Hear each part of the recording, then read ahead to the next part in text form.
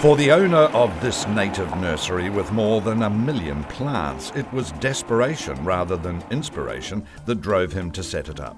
Jeff Davidson returned to New Zealand in the 70s, horrified to see how much native forest was being chainsawed and bulldozed. So, for a nurseryman, what sets natives apart from raising exotics?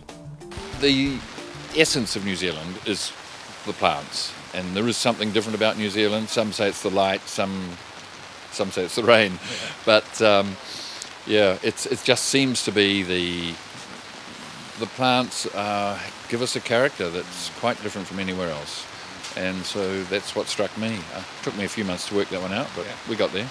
With an increase in riparian planting in the dairy industry, Jeff says there's an increased demand for native plants.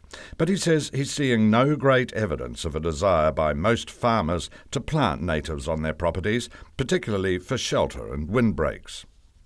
I can't say that I'm overwhelmed by the farmers' demand for native plants. There are some who are very committed to it, and you've got to give them credit because it's against their financial interest, of course, to actually look after the farm and make sure that there are riparian strips and all those issues. But if you looked at the average farmer, you'd have to say he's creating a disaster zone around his property. And in what way? They are green deserts, basically. There is no ecological process happening there. He'd be very lucky if there's anything happening in the soil, let alone above ground. The birds and the insects just have got no habitat really, so there aren't any. It's a simple rule of thumb. Provide the ecosystems and the inhabitants will come. Jeff concedes that natives are slow growing compared to the exotics which populate many farms, but he reckons it's well worth the wait.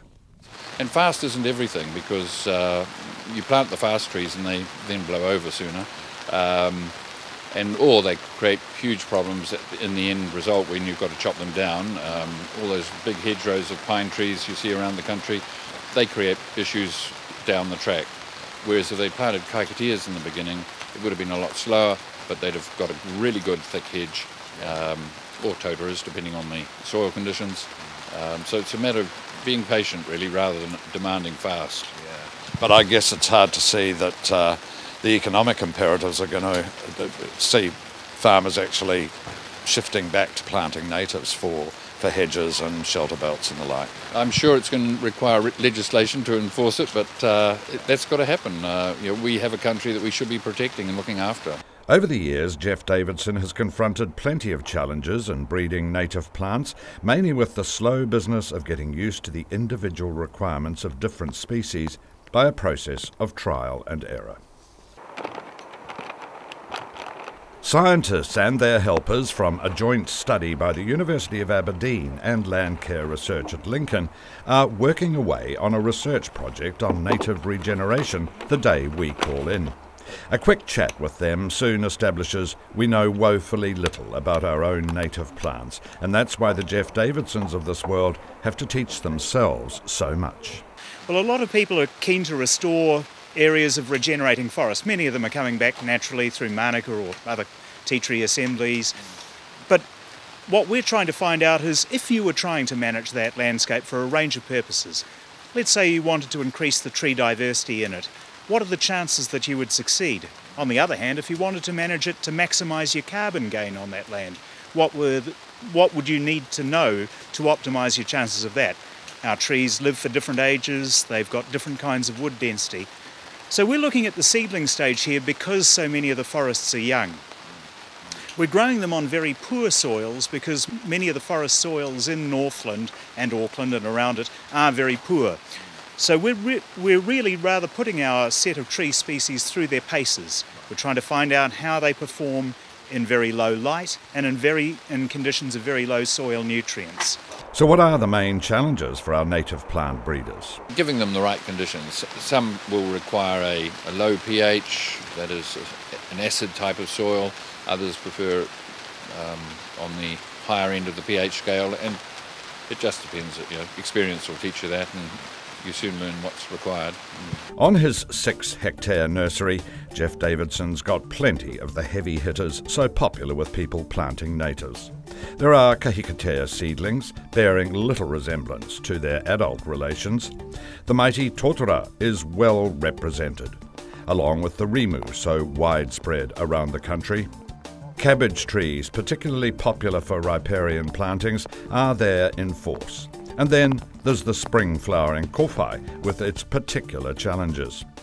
Kowhai, for instance, is a very difficult one to germinate, but if you pick it on the 1st of January, it'll germinate within a week. So you just have to time things right and know what's happening, look at the process. If you leave it till the end of January, the seed coat is hardened beyond the point where it's going to absorb water. So then it takes months, even years, before it will actually germinate. Get it on the 1st of January and you're away. So there's the kauri, of course, although that famous giant of the bush is now under threat from a disease.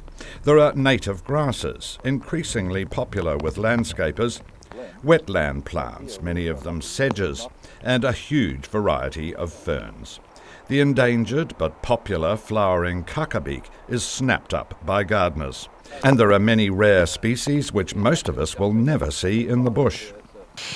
This one here is one from the Three Kings Islands, Pinantia bailesiana. Only one plant found.